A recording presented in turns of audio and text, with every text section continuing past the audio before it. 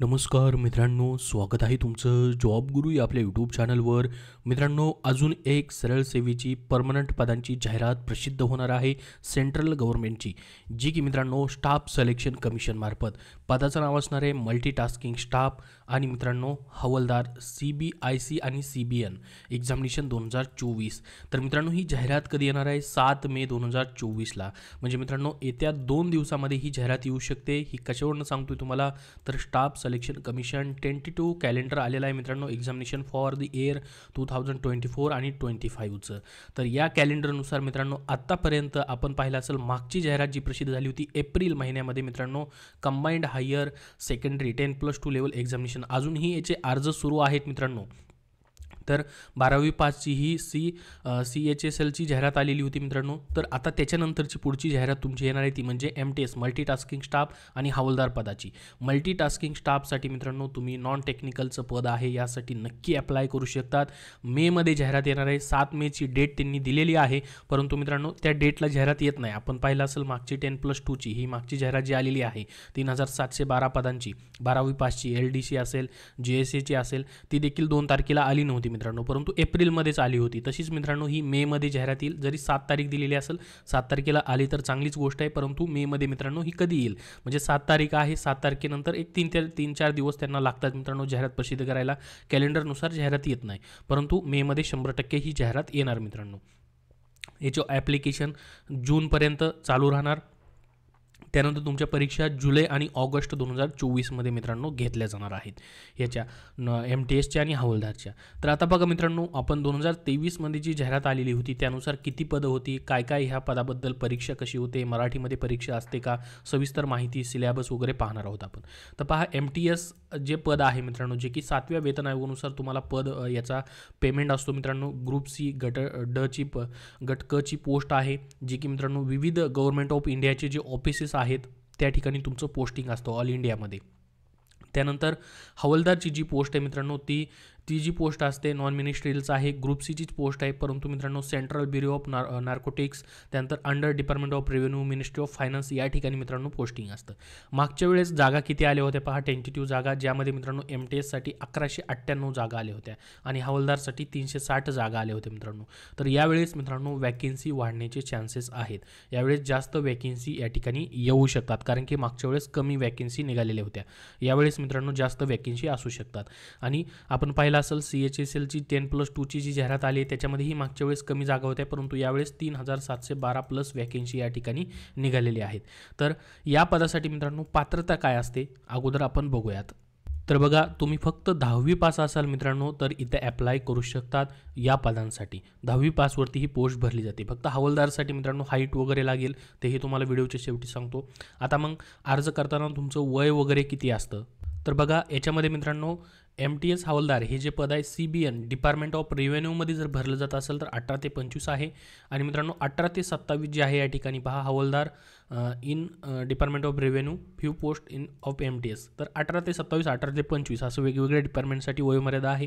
SC STसाठी 5 वर्ष सूट आहे, OBCसाठी 3 वर्ष, PWDसाठी मित्रांनो 10 ते 15 वर्षापर्यंत सूट या ठिकाणी तुम्हाला पाहायला भेटेल.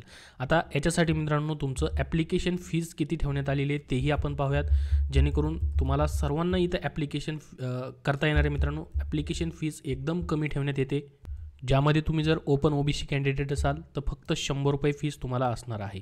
त्याच्यानंतर मित्रांनो तुम्ही जर वुमेन, त्यानंतर SC ST PWD कॅन्डिडेट आहात तर तुम्हाला कुठलीही फीज नाही, 0 रुपीज फीज असणार आहे. तर फीज अत्यंत मित्रांनो कमी या ठिकाणी तुम्हाला पाहायला भेटेल. आता पाहूयात आपण तुमची सिलेक्शन प्रोसेस याची कशी होईल, मराठीमध्ये एक्झाम होईल का आणि कुठला सिलेबस तुम्हाला असेल.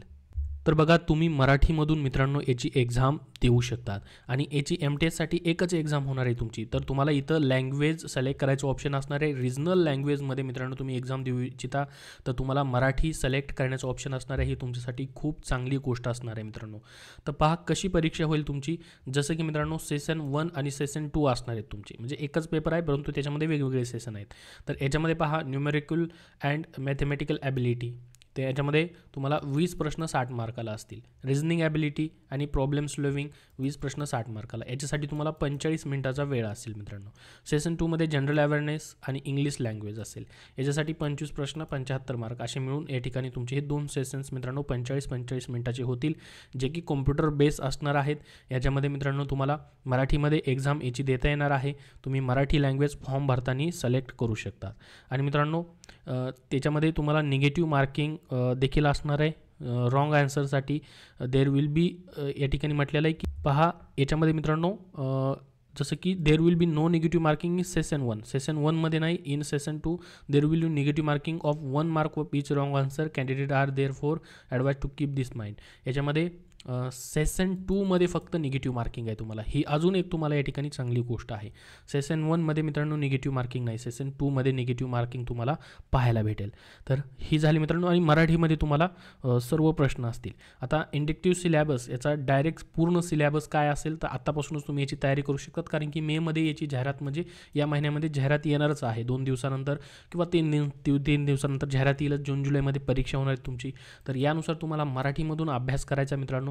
न्यूमेरिकल अँड मॅथमॅटिकल ॲबिलिटीमध्ये काय विचारलं जाईल, LCM SCF असेल, त्यानंतर डेसिमेल असेल आणि फ्रॅक्शन्स असतील, रिलेशनशिप बिटवीन नंबर्स असेल, हे सर्व बोर्डमोस असेल, हे सर्व तुम्हाला मॅथमॅटिक्समध्ये असेल. रिजनिंग ॲबिलिटी आणि प्रॉब्लेम सॉल्व्हिंग ह्याची लिंक मी तुम्हाला डिस्क्रिप्शन बॉक्समध्ये देतो. तुम्ही हा डिटेल सिलेबस तिथून पाहू शकतात. किंवा ऑफिशियल वेबसाईटवरती देखील 2023ची जाहिरात आहे, त्याच्यामध्येही तुम्हाला पाहायला भेटेल. किंवा कुठलेही मित्रांनो तुम्ही एखादा क्लास असेल किंवा डेडिकेटेड कुठलं बुक्स वगैरे असेल जे मराठीमधून असेल किंवा इंग्लिशमध्ये असून त्यानुसार देखील अभ्यास करू शकतात. परंतु तुम्हाला अगोदर ठरवावं लागेल की मराठीमधून या ठिकाणी अभ्यास करायचा आहे का, मराठीमधून पेपर द्यायचा आहे का. त्यानंतर मग त्यानुसार तुम्हाला मित्रांनो हा जो सिलेबस आहे याच्यानुसार टॉपिक्स वाईज एक आता समजा मॅथमॅटिक्स आहे तर याच्यामधलं मित्रांनो जसं की LCM SCF हे टॉपिक्सवरती कसे प्रश्न आले होते 2023मध्ये, ते प्रश्न तुम्हाला मराठीमधले असतील किंवा हिंदी इंग्लिशमधले ते काढून त्यानुसार मग मराठीमधून तुम्हाला त्याचा अभ्यास करायचा. असं प्रत्येक टॉपिक्स वाईज एकदम डीपमध्ये तुम्हाला अभ्यास करावा लागणार आहे याचा, जेणेकरून मित्रांनो तुमचं या ठिकाणी ही परीक्षा जी आहे ती क्रॅक होईल. कारण की प्रत्येक स्टेट वाईज मित्रांनो वेगवेगळ्या याच्यामध्ये वॅकेन्सी असतात. प्रत्येक स्टेटला वेगवेगळ्या वॅकेन्सी ते ठेवतात, जेणेकरून मित्रांनो आता मागच्या वेळेस तर कमी वॅकेन्सी आल्या होत्या, परंतु यावेळेस मित्रांनो जास्त वॅकेन्सी येण्याची शक्यता आहे. आपल्याला दिसेलच मित्रांनो 2 ते 3 दिवसामध्ये अजून येणाऱ्या या ठिकाणी ही जाहिरात तुम्हाला पाहायला भेटेल. आणि याचं एक्झाम सेंटर तुम्ही पाहाल तर मित्रांनो पूर्ण ऑल ओव्हर इंडियामध्ये असणार आहे. महाराष्ट्रामध्ये देखील काही मेन सिटी जे आहेत मित्रांनो तिथं याचं एक्झाम सेंटर असतं. तर बघा गेल्या वेळेस मित्रांनो अशा पद्धतीने स्टेट वाईज वॅकेन्सी देखील होत्या. तुम्हाला पाहू शकता या ठिकाणी जसं की हवालदारची पोस्ट आहे, तर प्रत्येक स्टेट वाईज याच्या वॅकेन्सी काउंट या ठिकाणी तुम्हाला पाहायला भेटेल. तसंच MTSचं देखील स्टेट वाईज वॅकेन्सी काउंट तुम्हाला पाहायला भेटतो. प्रत्येक स्टेट वाईज वेगवेगळ्या वॅकेन्सी असतात मित्रांनो, परंतु पोस्टिंग मात्र ऑल इंडियामध्ये कुठेही तुमचं होऊ शकतं. आता अजून याबद्दल तुमचे काय प्रश्न असतील तर कमेंटमध्ये विचारा. या व्हिडिओमध्ये एवढीच महत्त्वाची माहिती, जशी जाहिरात येईल आता तशी तुमच्यापर्यंत माहिती नक्की शेअर केली जाईल. धन्यवाद.